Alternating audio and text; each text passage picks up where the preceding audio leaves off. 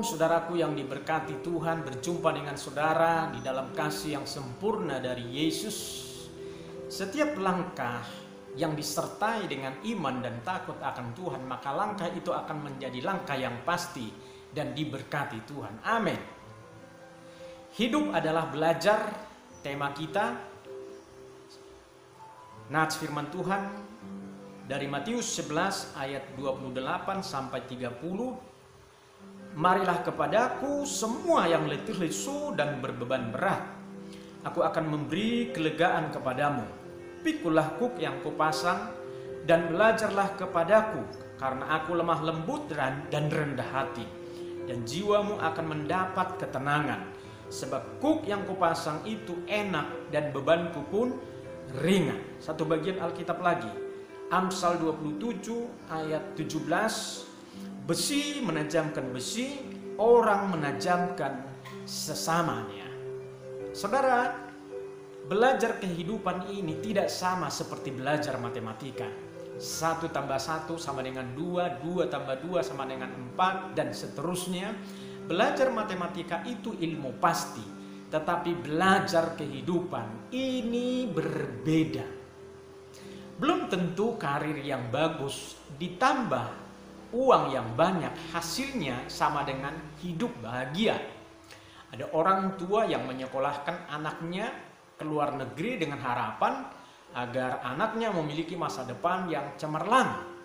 Tapi faktanya anaknya hidup dengan pergaulan bebas di luar negeri, narkoba, dan hidupnya rusak.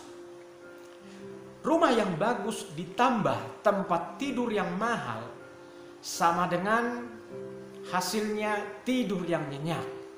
Belum tentu. Ada orang yang bunuh diri karena tidak bisa tidur walaupun di tempat tidur yang paling mahal. Saudara, dalam hidup ini kita diperhadapkan dengan banyak teka-teki. Ada yang bisa kita pecahkan dan ada yang tidak bisa. Kita menduga kita akan seperti ini, ternyata tidak demikian.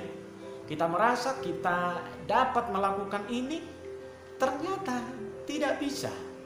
Dan kita merasa kita tidak sanggup melakukan ini, ternyata kita sanggup. Ini adalah hidup. Inilah realita hidup yang harus kita terima dan yang terus kita pelajari. Hidup adalah belajar. Selama Tuhan memberi kita kehidupan, selama itu pula kita belajar. Kita tidak boleh berhenti belajar. Secara akademis kita sudah berhenti belajar, tetapi belajar kehidupan ini masih terus berlangsung sampai kita dipanggil Tuhan. Haleluya. Pertanyaannya, kepada siapakah kita belajar dalam hidup ini? Pertama, belajarlah kepada pribadi yang tepat. Amsal 27 ayat 17, besi menajamkan besi, orang menajamkan sesamanya. Ada satu pernyataan demikian. Kita mau jadi seperti apa ditentukan kepada siapa kita belajar. Saya beri contoh. Amir Khan adalah seorang petinju underdog dari Inggris.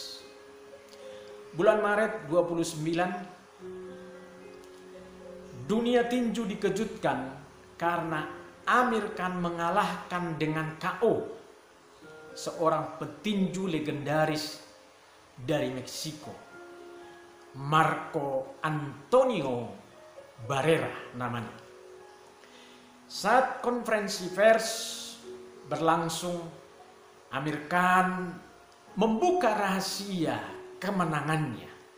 Ia berkata, saya menang karena saya belajar dari seorang petinju hebat, Manny Pacquiao. Cara yang dipakai Manny Pacquiao mengalahkan Marco Antonio Barrera, cara itulah yang saya gunakan untuk mengalahkannya. Pukul bergerak, pukul menghindar. Haleluya. Kita mau jadi seperti apa ditentukan dengan siapa kita belajar. Ada pepatah Cina yang mengatakan demikian. Berbicara dengan seorang yang bijaksana sama berharganya dengan mempelajari buku-buku selama sebulan. Kalau kita merindukan sebuah kehidupan rohani yang baik, maka belajarlah kepada mereka yang rohaninya baik.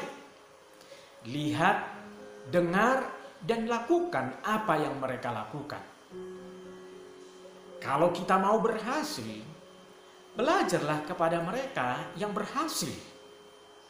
Sebagai seorang pemimpin pujian, kalau mau menjadi seorang pemimpin pujian yang baik, belajarlah kepada seorang pemimpin yang baik. Kalau kita menjadi seorang penyanyi yang baik, maka belajarlah kepada penyanyi yang bagus. Kalau kita mau memiliki rasa empati di hati, maka belajarlah memperhatikan mereka yang hidupnya kekurangan dan memprihatinkan. Saudaraku, seperti apa kondisi hidup kita sekarang ini, sesungguhnya itulah hasil dari pembelajaran yang kita terima selama ini. Mau lebih baik, mau hidup lebih baik, teruslah belajar. Amin. Yang kedua, kita belajar kepada siapa dalam hidup ini?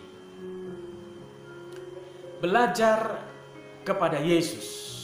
Matius 11 ayat 29. Marilah kepadaku semua yang letih lesu dan berbeban berat, aku akan memberikan kelegaan kepadamu. Pikulah kuk yang kupasang dan belajarlah kepadaku. Artinya adalah Tuhan Yesus mengundang semua orang yang menghadapi persoalan hidup karena ia ingin memperlihatkan sebuah pelajaran berharga di dalam persoalan itu, di dalam masa-masa sukar itu. Yesus ingin memberi pemahaman kalau orang ingin menjadi kuat, dia harus mengalami apa yang namanya lemah. Kalau orang mau menghargai kesehatan, dia harus mengalami penyakit.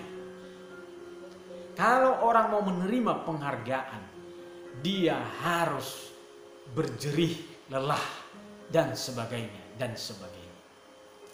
Pikulah kuk yang kupasang dan belajarlah kepadaku. Yesus memberi analogi kuk. Kuk adalah kayu balok yang menghubungkan dua ekor sapi yang ditaruh di pundaknya atau di leher pada saat membajak sawah. Pada zaman itu biasanya satu dari sapi itu sudah terlatih untuk membajak, sudah kuat untuk menghadapi panas, lapar, dan haus. Sedangkan sapi yang satu lagi belum pernah sama sekali dipakai untuk membajak, belum terlatih. Pada saat membajak, sapi ini selalu belajar dari pasangannya yang sudah terlatih, sampai akhirnya dia menjadi terlatih, menjadi sapi yang kuat dan tangguh. Yesus adalah pasangan kita untuk memikul kuk itu. Yesus sudah terlatih untuk menghadapi semua persoalan hidup ini. Dia ditolak, Dia diintimidasi, difitnah, disiksa, dan akhirnya dibunuh. Semua bentuk persoalan hidup sudah dialami oleh Yesus. Itulah sebabnya dia merasakan semua persoalan hidup ini, karena dia pernah mengalaminya. Yesus sanggup memberi kelegaan kepada siapapun yang datang kepadanya, karena dia adalah Tuhan dan yang pernah mengalami semua penderitaan hidup manusia. Marilah kita belajar kepada Tuhan Yesus. Ketika kita belajar kepadanya, maka beban kita pun menjadi ringan dan rasanya akan menjadi enak. Pada saat kita bertahan dalam persoalan dan belajar pada Yesus, kita akan menuai kehidupan yang lebih baik dan yang lebih baik dari apa yang kita alami sekarang ini. Akhirnya kita akan mampu berkata dan akan berkata suatu saat, untung saya mengalami persoalan ini. Kalau tidak, saya tidak akan pernah mengalami pengalaman indah itu. Janganlah pernah lari dari persoalan. Jangan pernah lari dari kegagalan hidup ini.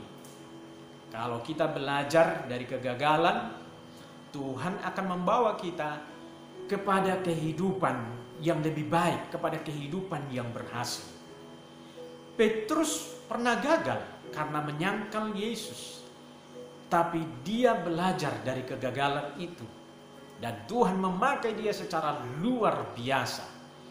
Banyak tokoh-tokoh dan hampir semua tokoh-tokoh di dalam Alkitab, mereka pernah gagal, mereka pernah jatuh, tetapi mereka belajar dari kegagalan dan kejatuhan itu, dan mereka melihat Tuhan yang besar yang mereka percayai, dan pada akhirnya mereka berhasil dalam kehidupannya. Sementara Yudas gagal karena mengkhianati Yesus, tapi dia tidak pernah belajar dari kesalahannya. Dia menjadi pribadi yang lemah, pribadi yang menyalahkan dirinya, dan tidak pernah belajar dari orang-orang yang pernah gagal dalam hidupnya. Dan akhirnya ia mati dengan cara yang tragis, bunuh diri. Saudaraku, saya mengajak saudara seiman, belajarlah kepada Yesus. Maka kita akan menerima pelajaran-pelajaran hidup yang berharga sementara kita ada di dunia ini. Maju terus dalam Tuhan, jangan pernah menyerah. Tuhan pasti menyertai kita. Haleluya. Tuhan Yesus memberkati. Amin.